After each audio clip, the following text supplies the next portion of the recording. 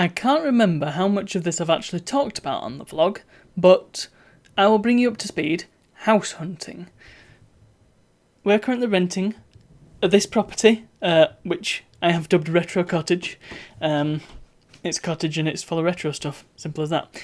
And we've outgrown it. I mean, we outgrew it. I outgrew it pretty much as soon as I moved in. And it was fine for me, but not for two people, especially when one of those persons is me. So we've been house hunting for a while. And we actually put an offer in on a house, which was really, really nice. But it fell through because the valuers thought that the house was worth about £25,000 less than it was listed at. And the sellers didn't want to budge, so their loss, I suppose. Anyway, we have been house hunting again. The current favourite, well, it was between a couple, and we've got a few more to view next weekend before we make a proper, actual, full-on decision. But the current favourite is a townhouse that's relatively close. I mean, I think it's about as close to Huddersfield as we are now. I'm trying not to give too much away, of course.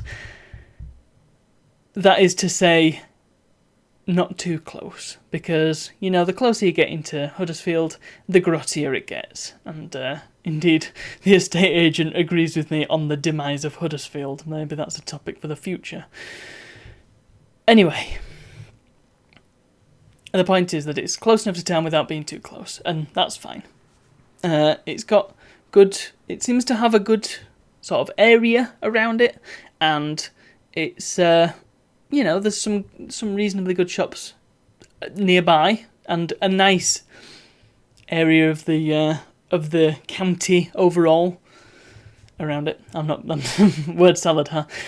And it's a townhouse, so it's very tall. And it's got lots of nice big rooms. And, well, as you can see, I need a big room. Yes, much of the house hunting has been dictated by the fact that I need a lot of space, which has narrowed our options somewhat, but there you go. Yeah, so this place has suitable locations for an arcade, which is, my dream, and some sort of craft room and a good office for my wife, as well as plenty of living space. The trouble that we've got at the moment is that the living space is the same as the dining space, is the same as the games space, is the same as the office space. It's all just one room. So being able to split that off into unique spaces for each requirement, well, that's a big winner in my book. The big trouble with the townhouse is that, well, it seems to have been... It's a newish build, so it's about 10-15 years old, which is quite new for a house, much newer than some of the others we've been looking at. And it kind of shows. It seems to have been made relatively cheaply, in that the carpets are the cheapest possible, and the shower didn't seem to close very well, and it's a lot of UPVC doors and windows, very, very cheap overall, it seems. But even though it's quite plain and ordinary, and some would say even clinical inside, it does mean that it's a bit of a blank canvas, that we can do whatever we want with it. So that's that. Very nice, but there's a few issues, mainly in regards to the fact that it has no character. The other one, well, it's bursting with character. It's a little bit further out, same area, so we've still got that nice vibe from it. And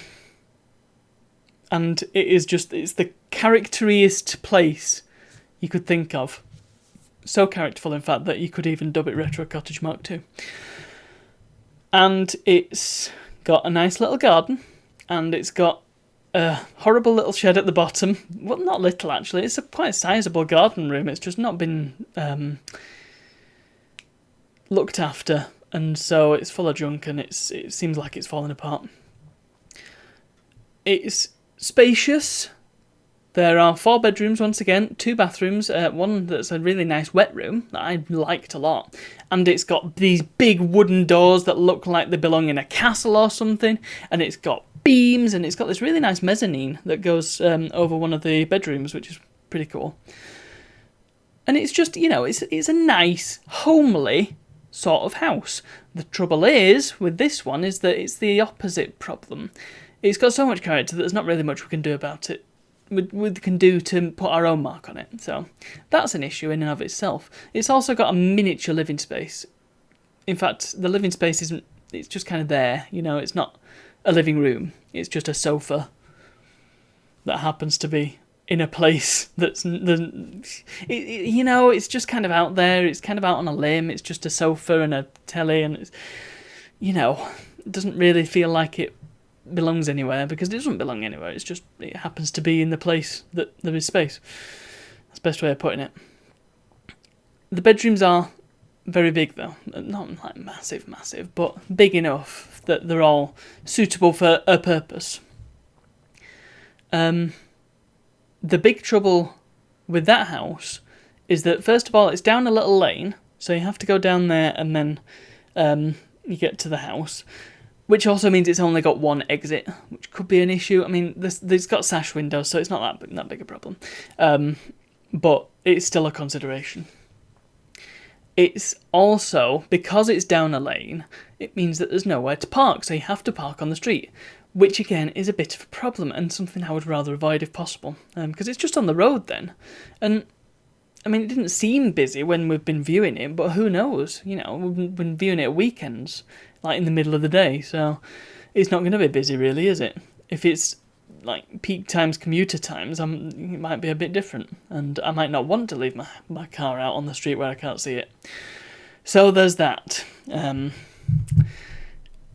Personally, I'm leaning towards the townhouse. It does seem like the best option of the two. But like I said, we've got a few more to view this weekend.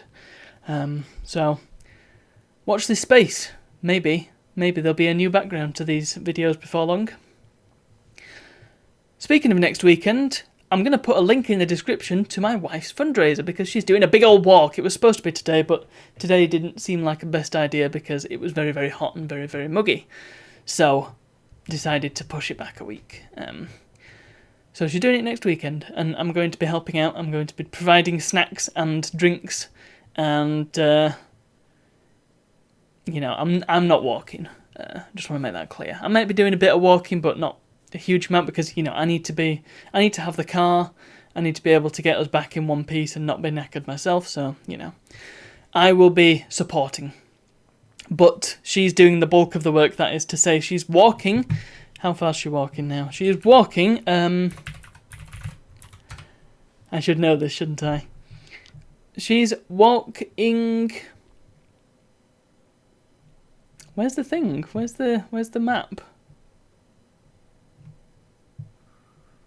Do.